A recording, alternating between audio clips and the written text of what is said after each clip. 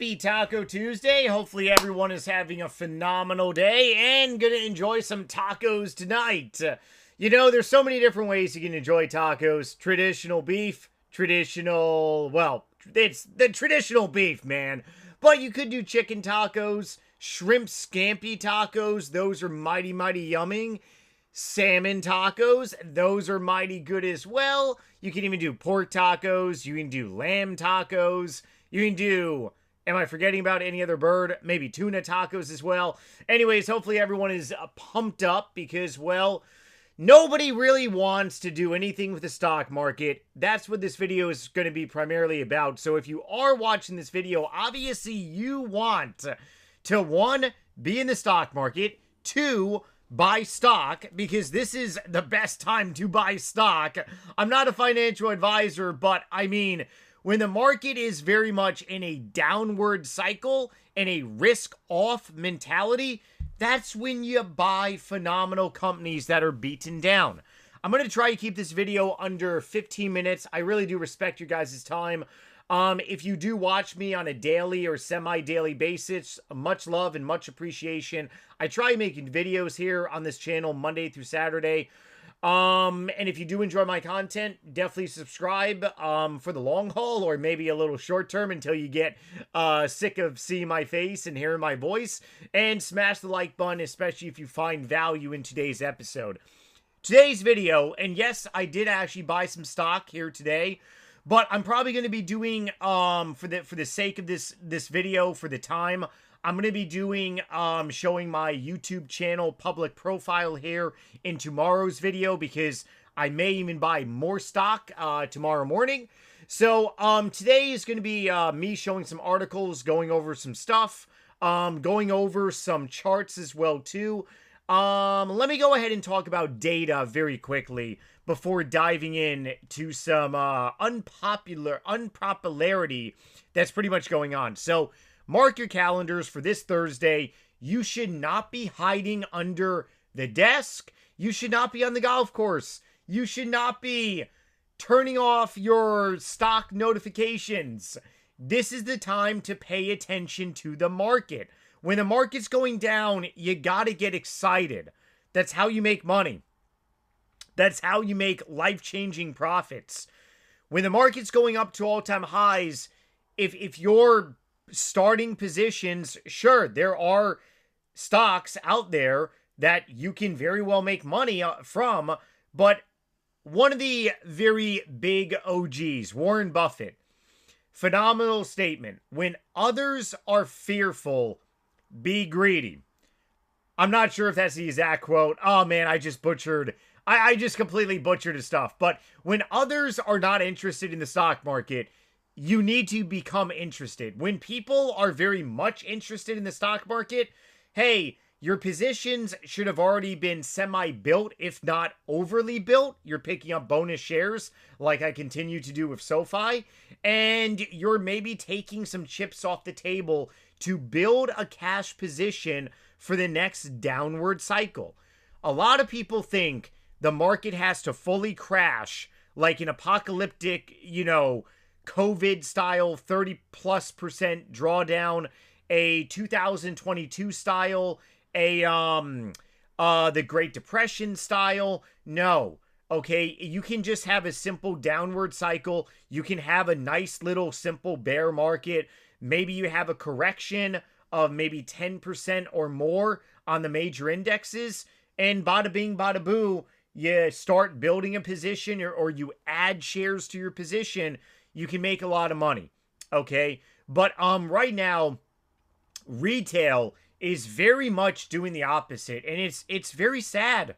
And when retail gets back into the game, well, what's going to end up happening is that stocks are going to be very much on the recovery, and a lot of people that just cannot handle a drawdown, they're going to be buying back in when stocks are getting very much near their, because the one thing about the stock market is when there are headlines that says, wow, the stock market has recovered, the correction or crash is already over. That's the thing about it. It happens very quickly. If you've been in the stock market for a while, like me, even though a lot of people, they've been in much longer than me. I've been in the stock market now for over 6 years, got in during Rona, but I've been around the block for a while because I made it out of 2022. A lot of people, they were done after 2022. A lot of people were done after last year. I made it out of last year extremely profitable because I bought the entire Liberation Day dip, sold a lot of my trade positions during the summer, and then now I'm just pretty much just picking up bonus shares for long-term positions, opening new positions on stocks that are utterly beaten down. This Thursday, you got to be paying attention to these numbers. PCE is probably going to be hot because of Iran, the oil, inflation. It's going to be hot. It's all about what the Fed's going to say that matters. GDP, this is going to be big because there's a lot of people saying that it's going to be negative. What is the definition of a recession? 2 consecutive quarters of negative GDP growth.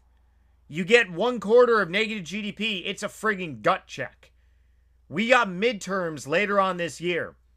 Doesn't matter if you're a Republican, doesn't matter if you're a Democrat. You got a Republican White House administration. You really think they want negative GDP growth? So you got to really be thinking, hey, if all this data starts going really south, stuff in the Middle East needs to be wrapped up like this. Otherwise, it is going to be political suicide in the sense for the Republican Party. And I could totally be wrong. Maybe Donald Trump doesn't really care about midterms, and he's going to ride this stuff through all the way through midterms. Like, maybe the guy just doesn't really care. Could be entirely wrong. What do I really think? I think this data is going to be bad. I don't personally know if GDP is going to be negative or not, but I can tell you that GDP is definitely taking a kick in the nuts. So this is something that's going to really affect the market for this Thursday. We could very much sell off a lot this Thursday, very much have a lot of selling pressure, or maybe we can actually do a little bit of the opposite of what is really said. Or maybe we can honestly just do some slow bleeding or trailing along here. Before I really get to the charts here, I do want to pull up something very interesting. So I ended up asking AI pretty much what are the popular retail stocks for 2026. And ironically, Amazon, which is one of the greatest companies ever, Walmart, another phenomenal company, and Costco. Obviously, Lululemon is up here, Target, and Home Depot. What do you not see up here? Water cheers, by the way. We don't see my beloved SoFi. We don't see my beloved AMD. We don't see Hood. We don't see Palantir anymore. We don't see Meta. We don't see, we don't see any SaaS stocks. Okay, Adobe, Microsoft, ServiceNow, Salesforce. The sentiment has so badly changed in a blink of an eye. Retail, hey, the retail stocks like SoFi, it's not getting attention anymore. Now, I've been getting a lot of comments, really great comments, obviously from SoFi longs, and you people know who you are. Obviously, if you do watch me probably talking about SoFi, you more than likely are a SoFi bull like me. The 10-year vision of SoFi, that I feel comfortable really buying shares for the long haul, as long as the management team doesn't change course. You got to remember that. I am invested in SoFi because I like what I see and I like what the management team is doing. If the management team changes course, just kind of like how Amazon, Google, and Meta is spending a lot of money on capital expenditures on AI, a lot of long-term investors are like, hey, I don't like this. You need to have a strategy for going in. If your strategy changes because the company changes course, is it for the better of your strategy or for the worse? If it's for the worse, you got to be a big boy or big girl. And you got to say, hey, I need to maybe take some chips off the table. Maybe I need to start scaling out. I don't like this. I ended up selling a little bit on my Meta position a couple weeks ago, actually a little over a month ago now, and I was very comfortable because I'm like, hey, I want to take some chips off the table and I want to put that money elsewhere. So you got to be disciplined. So many people are phenomenal at getting into great stocks. They don't have an exit strategy.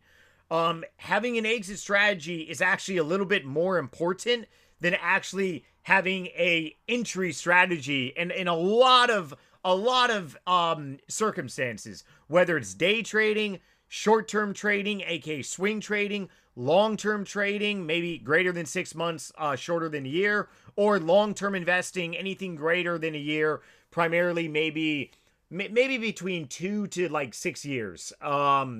I think is really like my forward outlook of like investing.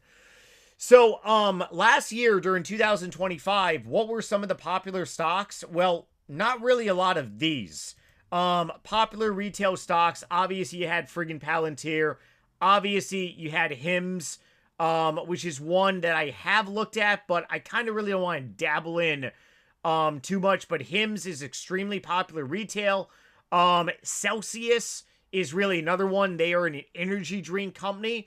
Obviously SoFi, Robinhood, extremely, pretty sure that I said, Palantir, right? I drank a lot of alcohol in my 20s. I actually have quit drinking entirely. But I'm 37 years old, but I mean, hey, alcoholic tendencies throughout my 20s affect the nephrons in my brain. Tesla, prime example. It's right here on the chart. Tesla. Is Tesla popular right now? No. Okay. I do want to talk a little bit about Tesla, and then I want to talk about the major indexes, then wrap up this video. So, we're seeing a gigantic shift. And like I said, this is not the time to be like tuning out from the market. Okay? Work hard, and pretty much right now is the time to be buying stock. That's what I'm doing. It's like, hey, I'm not in the mentality of hoarding cash. Okay? The last 6 months now, almost 6 months, maybe a little bit over 5. The last 5 months, I have now bought over $60,000 hard cash of stocks between my channel profile that I'm doing for this YouTube channel and also my private profile as well too. $60K. If this year is going to be like 2022, some people are saying, and we are going to know after earnings if it's going to be like that. Because if we come in with phenomenal earnings and we sell off across the board, there's problems. But if we come in with earnings and we rally into the end of the year, into midterms, then obviously it was like Liberation Day 2.0. Okay? But if this is going to be 2022, I am going to just be buying stocks all throughout this year. And I will, by the end of the year, I will have probably bought well over 100K, beyond 100K worth of stocks. And guess what? What was 2023 was a pretty solid recovery, was it not? So this is the time to be working hard and buying stocks. Tesla is a risk-on asset. It very much follows the NASDAQ.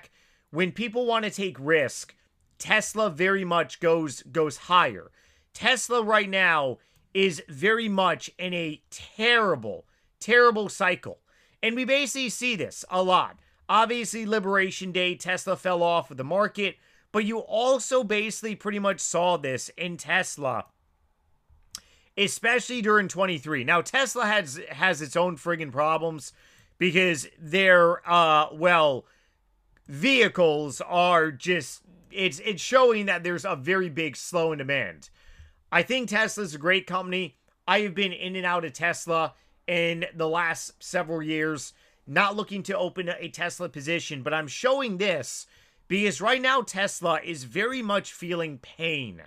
which means the market is very much not wanting to go risk on. I talked about this in yesterday's video. The 200-day moving average on SPY is going to be a friggin' battle. It is going to be worse, probably. Maybe then, okay, really, I got to be cautious about what type of battles I talk about here. It's going to be a battle, though. And I said, hey, if we hit the 200-day and we push back, it's going to be a signal that, hey, we pretty much are facing a lot of resistance. We didn't even touch the 200-day moving average yet, and we are pulling back. So, obviously, this market, it's still going to be in a very risk-off like way for a while. We got a lot of earnings coming up. A lot of earnings is going to be coming up soon. I've made an outline right here for earnings. Basically, pretty much, we got Hood, SoFi, Meta, the end of this month. When we get closer, going to be talking a lot more. Palantir, PayPal, Adobe. Oracle is very, very much later. Same thing with Adobe. But overall, in between all these earnings season is going to be right around the corner. Yeah, it's crazy, right? If the market does not recover based on earnings, it's going to be more pain. And a couple months ago, actually not even a couple months ago, friggin' 4 months ago, time is flying by.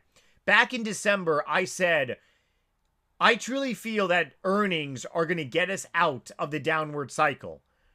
Obviously, we fell off a cliff after earnings because of AI fears. Now we're falling off a cliff because Iran. So if Iran goes away, earnings are really good. We're still going to have SaaS fears. Maybe earnings are going to get us out. Maybe I was like partially right when I said earnings are going to get us out of the slump. But who really knows? Yeah, I'm over 15 minutes. If you enjoyed today's video, smash the like button.